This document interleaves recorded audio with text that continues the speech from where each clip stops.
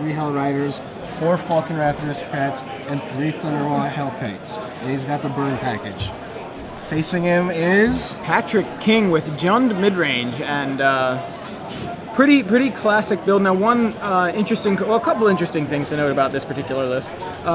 One copy of Chandra the Firebrand main deck. That's a planeswalker we don't see very often, and I'm kind of excited to see how Patrick decides to make use of it. What spells does he have that he can copy with that? Well, another card I was going to mention is kind of interesting, and he could copy it. Slaughter Games. Playing those main deck is kind of interesting. I guess, to me, and I was talking to Matthias about this a little earlier, like it's one of those cards where you don't really feel like it has enough of an impact, but I feel like it can be justified against Sphinx's Revelation, just because a lot of those decks, the decks that are playing Sphinx's Revelation, are using it to, essentially they're going, I'm going to fall behind and I'm going to catch up with Sphinx's Revelation. If I can eliminate that, then they have a lot less ways to catch up. So, but in this matchup, he's playing a main deck. Maybe he has other ideas for it.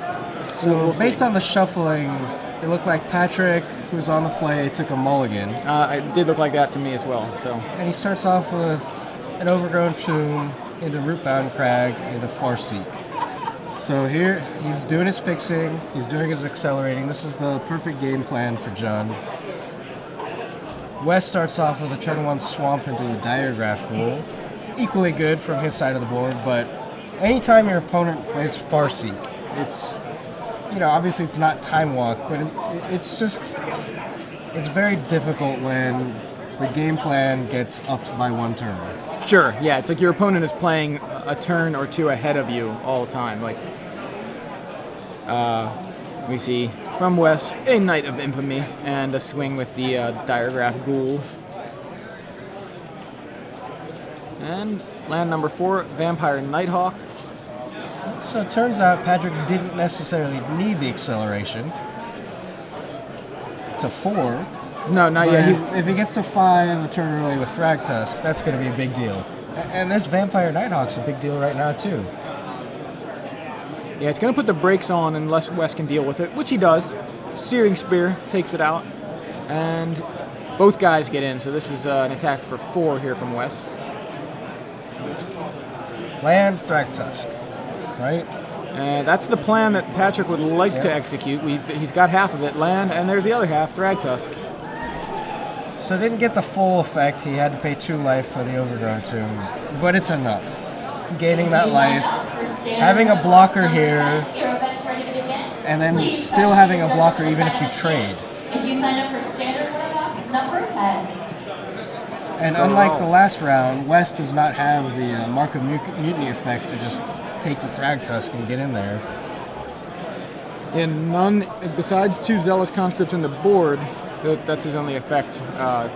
So Wes casts a Geralf's Messenger, pings the 2 life from Patrick, and then just says go. He doesn't even want to trade one of his guys there. And Patrick's just got more Thragtusks.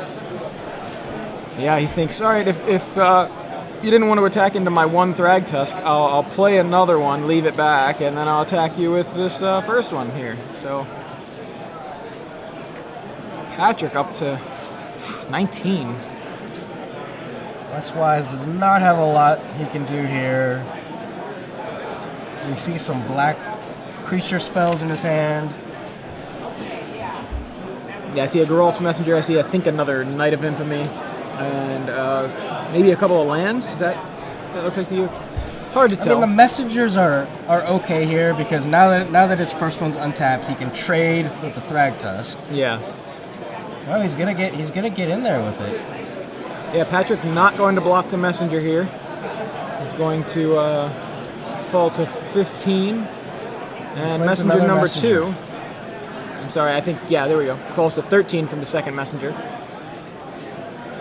Passes back. Patrick King untaps his Thragtusk and now has a Sever the Bloodline. That is brutal. Sever the Bloodline deals with both Messengers, and not only both Messengers, but both halves of both Messengers. Exactly. They're exiled, they don't undie, and essentially he has kind of pulled the bottom out from under West here. Even though West didn't know that the Sever was coming, I really didn't like the fact that he attacked with his first messenger there. Yeah. Because he's leaving back these 2 blockers that he has to trade 2 for 1 against the Thragtusk, which is not ideal. Yeah. So I felt like he should have stuck back with his 3/2 to try to trade 1 for 1 with the Thragtusk. Now he's forced to chump block and takes 5 still, goes down to 8. It's not a very good position. And obviously the Sever was backbreaking, but I don't feel like Wes's last attack was the best. And he has to be looking at his hand. There's not much he can do here. He's going to play a Blood Crypt. Untapped, so he's going to fall to 6. Well, he's drawn a Falconwrath Aristocrat. So if there are no more removal spells from Patrick, he can play the Aristocrat, say go, and basically trade the Knight off for a Thragtusk.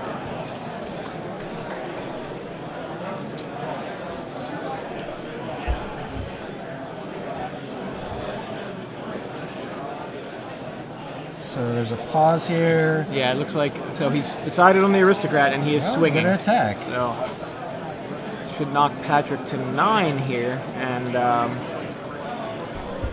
this is looking real scary for West because 1 removal spell allows both of those Thragtusks to get in. He's going for it. What he's saying is, I've got some burn in hand, maybe. I don't know. Yeah, and there it is. Yeah. Pillar Flame, pack it up. Even then, he could have pillared West to the face there.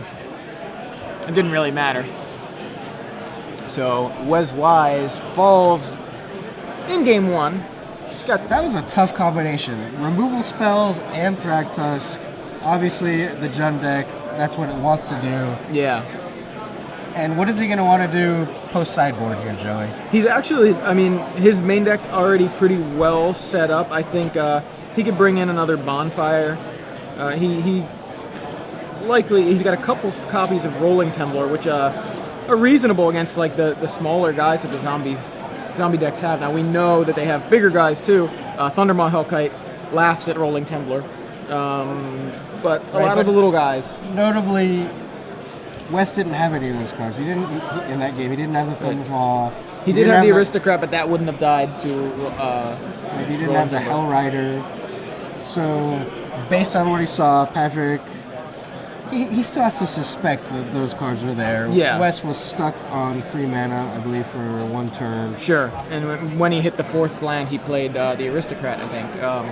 So I think he can reasonably suspect that West is on the Rakdos list that has been doing so well lately. So especially considering he saw the Aristocrat.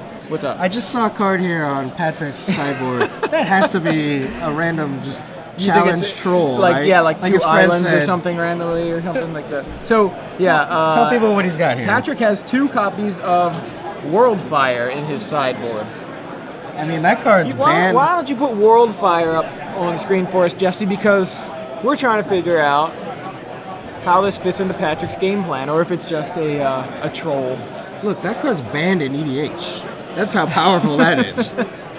Or Commander. I don't expect. Like, I mean, maybe he really expects to be able to bring it in. Is there any reason at all? Because it would be awesome if there was a reason. Right, like, so there you see it on screen. Right now, my theory is just someone said, hey, you should put 2 Worldfires in your sideboard. I dare you. It's like, okay.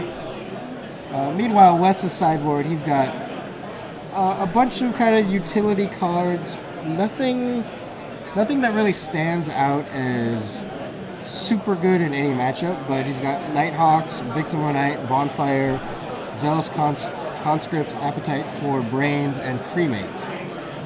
Any of those strike you as useful here? I'm still sitting here thinking about Worldfire. It's like, what is could he going do? to use Worldfire? Yeah. As you mentioned, and you guys apparently saw last round, I think the threaten effects are pretty good against a lot of these decks, especially against Thragtusk, just on its own. So 2 copies of Zealous Conscripts I think are really good to come in here. 2 copies of Appetite for Brains aren't unreasonable because he's not facing a Reanimator strategy here. Actually, Appetite exiles anyway. But he's facing against a lot of kind of bigger dudes. So maybe Appetite, but he doesn't want to. I don't think he wants to water down his threats. You know, what isn't that great? He's got like, what is it? 4 copies of Pillar. Looks like a 4 to me, right? He might want to just take those out, bring in upgrade to Victim of Night. Yeah, he can go upgrade to 2 Victim of Night and 2 Zealous Conscripts, and that might be plenty. So our director Jesse throws out the suggestion that Patrick King wants to live the dream, which is have a Thragtusk in play and then cast Worldfire. Yeah, that was the only thing I could think of. I didn't know and if then that be was left with the 3/3 beast when your opponent's at 1. I mean, sure, but it's 9 mana. So we'll see.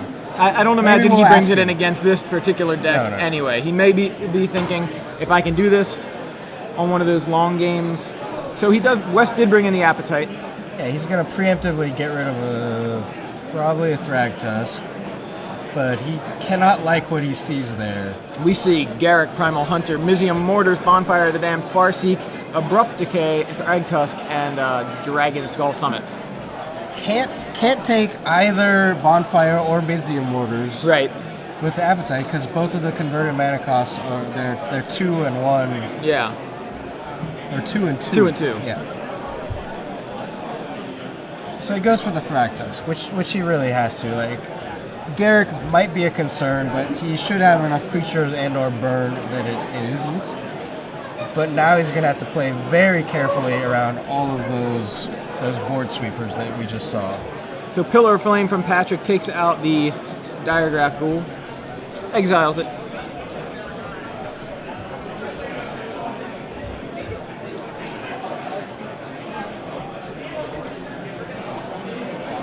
And turn 3, Vampire Nighthawk. So he actually he boarded differently than we suspected. I kind of wasn't sure. I mean, I do like the Nighthawks. I wonder what he boarded out.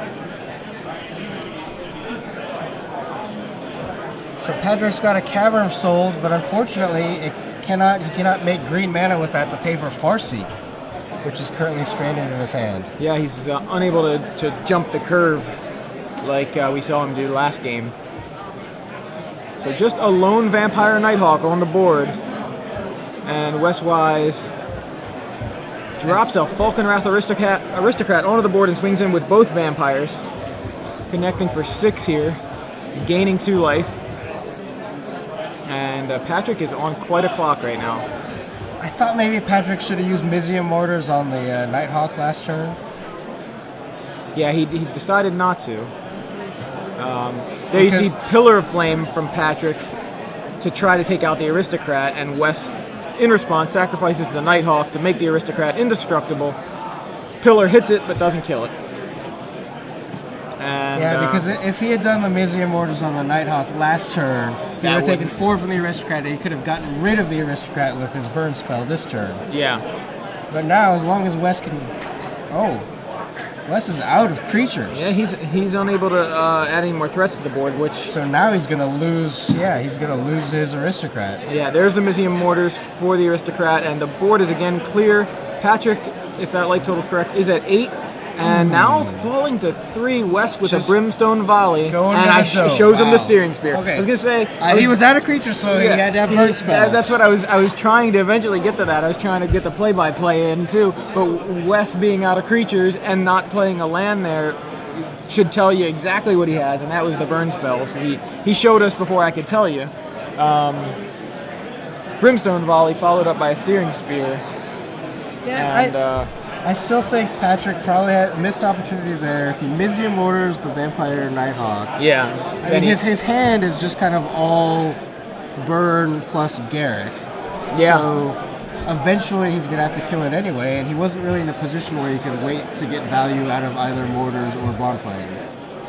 Yeah, I wonder what he was trying to save that Mortars for, if he just thought the Nighthawk was not worth trading away a card. I mean, you know, I've fallen into that kind of trap where you feel like, oh, if I can just hold out a couple of turns, in this case for Overload, in my case a lot of times it's for kicker effects. Sure, which is essentially what Overload is. but sometimes you just have to use it. I mean, it's still 4 damage for 2 mana, and that's what you need sometimes. And we saw it there, Patrick stumbling on mana. As you mentioned, he couldn't cast Farseek. He had Cavern of Souls. We've seen Cavern of Souls kind of cause a lot of players to stumble today, where they play Cavern and they don't have access to a certain color because for their spells, for their actual spells, right? So it's like, sure, I can cast a Thragtusk, but I can't cast Farseek because I don't have green mana for spells. And I think people should just stop playing Cavern of Souls. Says the blue mage. Patrick's gonna mulligan here. Probably because he drew too many Cavern of Souls.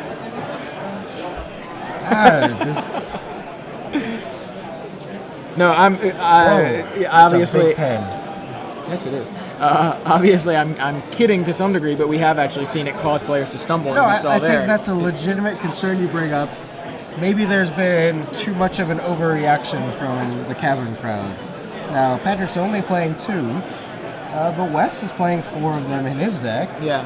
Now, Wes is only playing 2 colors, where Patrick is playing 3, and so, it's a trade-off. Like, I think Wes has a better reason to be playing 4 because he's only on 2 colors, but still, we've seen black-red players have double Cavern Swamp and be like, can't cast any of my red spells.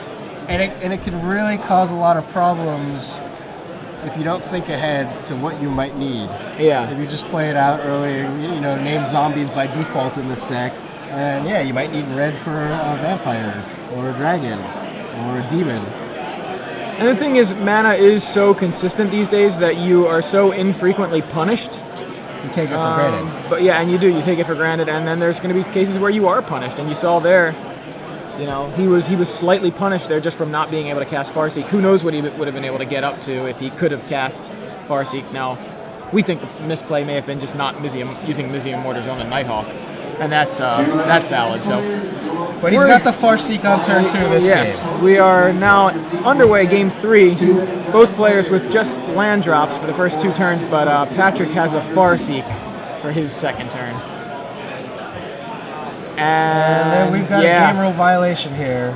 Yeah, Patrick tries to cast a Farseek off of Rootbound Crag that was supposed to come into play tap. Or was it the Summit was supposed to come into play tap? I'm sorry. So now we've got a table judge sitting there. The remedy here is we're going to back up the spell. He cannot play Farseek. He's most likely going to get a warning for the game rule violation. And it looks like they did a quick shuffle of his deck because he had seen the deck, the contents of the deck in the order.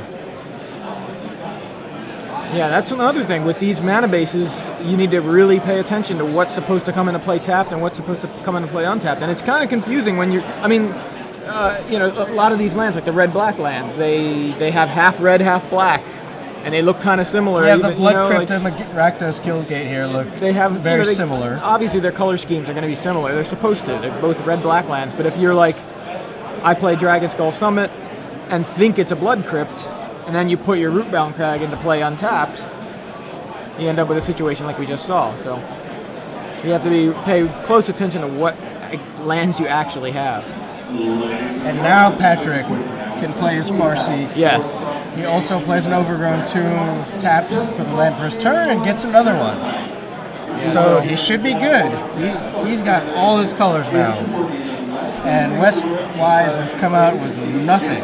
Which to me means he's got burn spells and big dudes. And big, hasty things. Yeah, so there we go. We're going to start things off with the Falcon Aristocrat from Wes and the giant Solifuge of the current format. 4-1, haste, attack. You're at 16, go. That's not the greatest 4-drop though, because we've seen so much burn out of Patrick. You have to expect that it's just going to die, and you have no creatures with it to protect it with. Yeah, and maybe Wes is actually flooded. I suspect that he kept his hand for some reason. Was it just on the back of the strength of the Aristocrat? Yep, Mizium Mortars. So yeah, Patrick King takes out the Aristocrat with the Mizium Mortars after playing a Cavern. Not sure what he named there with the Cavern. He's got all of his colors. There we go. And now Wes has 2 creatures, 1 Falconwrath Aristocrat, 1 Diagraph Ghoul. Aristocrat gets in, named Vampire. Okay. Tavern on Vampire. For the Olivia Voldaren. Or possibly Vampire Nighthawk. Yeah, and Huntmaster of the Fells comes down. But here's a werewolf.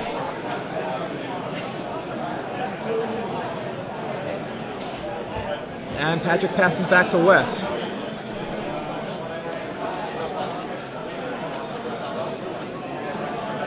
So what does Wes have? I think he may have potentially 3 swamps in hand, or at least 2. I think that's a Thundermaw Hellkite. Isn't that? It's a red It might spell. be. It's hard to. He's got it tilted in a way that we can't see it. Oh, okay. I see. I think I saw Zealous Conscripts. Maybe. I think there's a Hellkite. We're gonna see. There's the Hellkite. That's 9 damage in the air. Not only that, but it keeps the Huntmaster from flipping. And True, Wes will that's pass very back. important. Now you And- see Patrick can pass the turn and let his Huntmaster flip, but That's he's not not gonna going to. help. What he's going to do is basically get rid of the Diagraph Ghoul, because he's going to likely target the Falconwrath Aristocrat, and Wes will sacrifice the Ghoul to make it indestructible, or he can target the Ghoul and Wes will sacrifice it to make the Falconwrath Noble Aristocrat. I keep calling it Falconwrath Noble for some reason. Falconwrath Aristocrat. That card's not as good. No, it's going to make it indestructible either way. So flipping the Huntmaster here isn't ideal for Patrick. No, So he he's has got to to cast play. a spell. And It's probably Thragtas. No, Garrett. oh yeah, it was Garrick Primal Hunter. And he's going to immediately cash it in for some cards. Yeah, that's gotta. There's no. I don't think there's any card here that can save him. He's facing Yeah, I down. can't. He's got 1 mana. He does not play got Tragic Pillar. Slip. He's got Pillar of Flames. But Pillar's not going to do anything to the Falconwrath Aristocrat. It's Tragic Slip that he would like to deal with the Aristocrat, but that's still not even enough. He needs something to deal with 2 flyers. He can take a hit with the Aristocrat. He just needs to deal with the Hellkite, but he has nothing. He's trying to figure out, did he play a land? I don't think he did. So there's a Dragon Skull Summit comes into play So untapped. he could have drawn a Singleton ultimate price for the dragon, but no, he shows his hand. And that's Pillar it. of Flame, 2 Huntmasters. So Wes Wise on the back of Black-Red Zombies, and showing the strength of his deck that has been obviously very, very impressive over the past few